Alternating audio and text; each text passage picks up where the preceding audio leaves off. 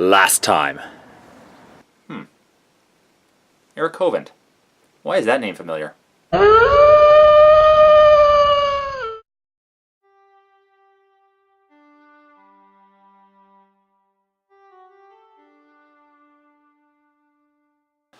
As I mentioned last week, I was directed to a duo of questions by one Eric Hovind.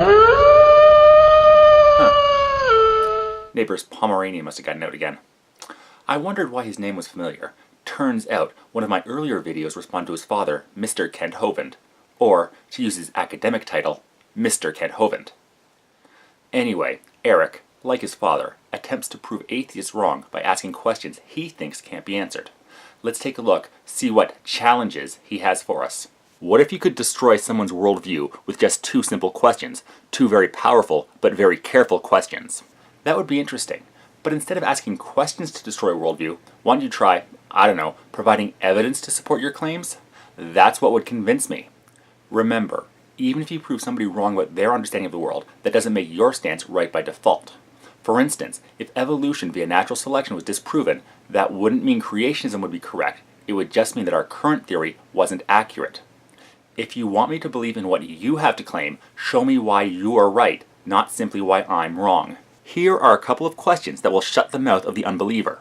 The first question is designed to get the unbeliever to admit that you have a path to certainty. The second simply points out that he does not. Just to be clear, being certain is not the same as being right. You can be 100% certain about something, but still be wrong. People used to believe with complete certainty that the sun went around the earth, even though we found out later it was the other way around. I would rather admit that I could be wrong and be as close to right as possible with what I know, than claim I could never be wrong about something that I am wrong about. When I say I'm certain about anything, it's with a caveat that I recognize that I could be wrong and I'm willing to change my mind. I can't say for certain that I'm not a brain in a jar or just a mental construct inside a computer, but I dismiss those claims because I don't have any evidence for them. Question 1.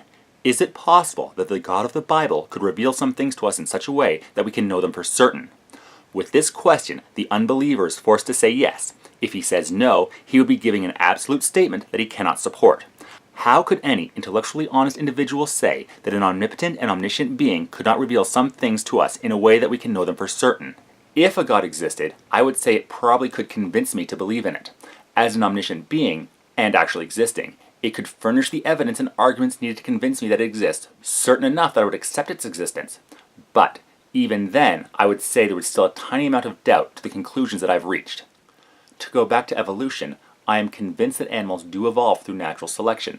The theory has been demonstrated in a lab, and made predictive claims that have been verified. The vast majority of biological scientists accept the evolution of organisms, where the best able to survive and thrive have the best chance to survive and thrive. However, tomorrow, new information could come to pass that our understanding of evolution was wrong. We have to accept that new information could disrupt and change our understanding of the world. So, if I was given the evidence of God, by God, I would accept that it existed. But I couldn't be 100% certain. There would always be a nagging doubt. The idea that I had hallucinated the experience, or that some new data would disprove the claims that I accepted regarding this God, would always be at the back of my mind, meaning I could never be absolutely convinced. And if there was a God, and it could convince everybody, this brings up a disturbing question. You have to ask, if it can prove its existence, why doesn't it? It would have the ability to create an argument that would convince me of its existence more than anything I currently believe in. So why hasn't any convincing argument been shown? Either it doesn't want to be believed in, or isn't there. And with the lack of evidence, I'm leaning towards the latter. This is even more concerning if you're talking about the God of the Bible, and since this is a member of the Hovind clan, I'm fairly certain they are. This is a theology where people are punished and tortured for eternity if they don't believe in this God. If it did exist, and we would get eternal torment for disbelief, why wouldn't it give the evidence that would prove its existence beyond any reasonable doubt to keep people from being tortured? Once he's admitted that the God of the Bible can do this, then you're ready to ask question number 2. Well, I don't admit that. Like I said, I always have doubt that the conclusions I have reached is faulty and that new information could prove me wrong.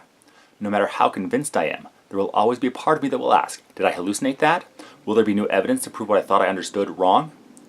I can be convinced of something and know I still might be wrong in my convictions. But what's the second question? Question number 2.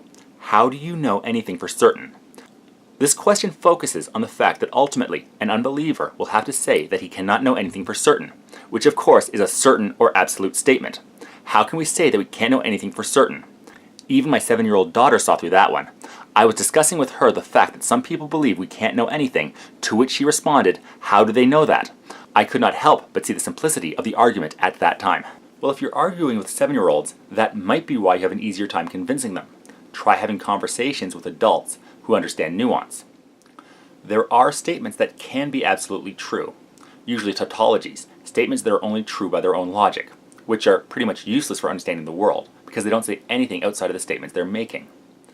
I can claim with absolute certainty that my blue car is blue.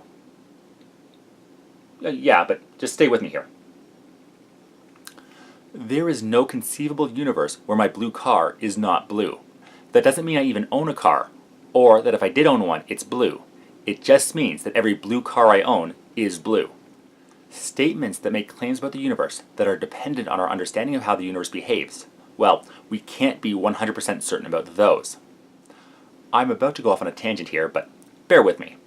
The mother of my children is a short woman who wouldn't weigh 100 pounds soaking wet, and is currently in her mid-40s. This is my best friend. I've known him for years. Longtime viewers may recognize him as the captain from an earlier video. I cannot be 100% certain that he is not my ex in heavy prosthetics and intricate makeup, who went through some kind of extreme Mrs. Doubtfire-esque ruse in order to spend more time with the kids. The only time I can think of them being in the same room together, I admit I was not in the best mental or emotional state, so I can't even say I've ever seen them together. The odds of them being the same person are so mind-bogglingly small that I discount it out of hand, but I can't say with absolute certainty that it isn't true. Thank you for doing this. Are you now, or have you ever been, a short, skinny woman in her mid-40s? No. Thank you. And no one's ever lied on film before. I did not have sexual relations with that woman. The statement, "you can't know anything for certain," is simply referencing that our understanding of the universe is contingent on the knowledge we have right now. Knowledge that could easily change with new, updated, more accurate information. For example, when I was answering his father's questions, one of them was, which evolved first, the nervous system, repair system, or hormone system?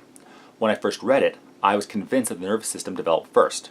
However, my scientific advisor explained to me that paracrine signaling, which is a hormonal system, was one of the first things to develop. New information was brought to my attention, and I had to change my understanding. That is why we can't say we know anything for certain. Theoretically, new information could always arise to change our views, no matter how convinced we are they are true. The Christ follower has an avenue to truth. The unbeliever's own logic cannot account for knowledge. You either have to know everything to know anything, or you have to know someone who knows everything to know something. Think about that. I am thinking about that. The problem is that the avenue to truth that you claim has no evidence or any kind of support behind it. It's based on faith, which, by definition, is not certain, but rather a belief with no way to verify itself. And by your logic, all believers of every faith have an avenue to truth, but they can't all be true, can they? So, this avenue to truth is more like a dead end, or, if you want to take the analogy further, a cul-de-sac that turns on itself. You can claim certainty, but just because you claim you're always right doesn't mean you are. Science doesn't say anything is 100% absolutely true, but is as true as we can get with the information we currently have. But that could be overturned in a second if new information comes along to show we're wrong. That's the great thing about science. If we find out we're wrong, we can, and should, change our minds. I can know things enough to convince me, but I'm honest enough with myself to realize that I could be incorrect, and am willing to change my understanding of things if I am.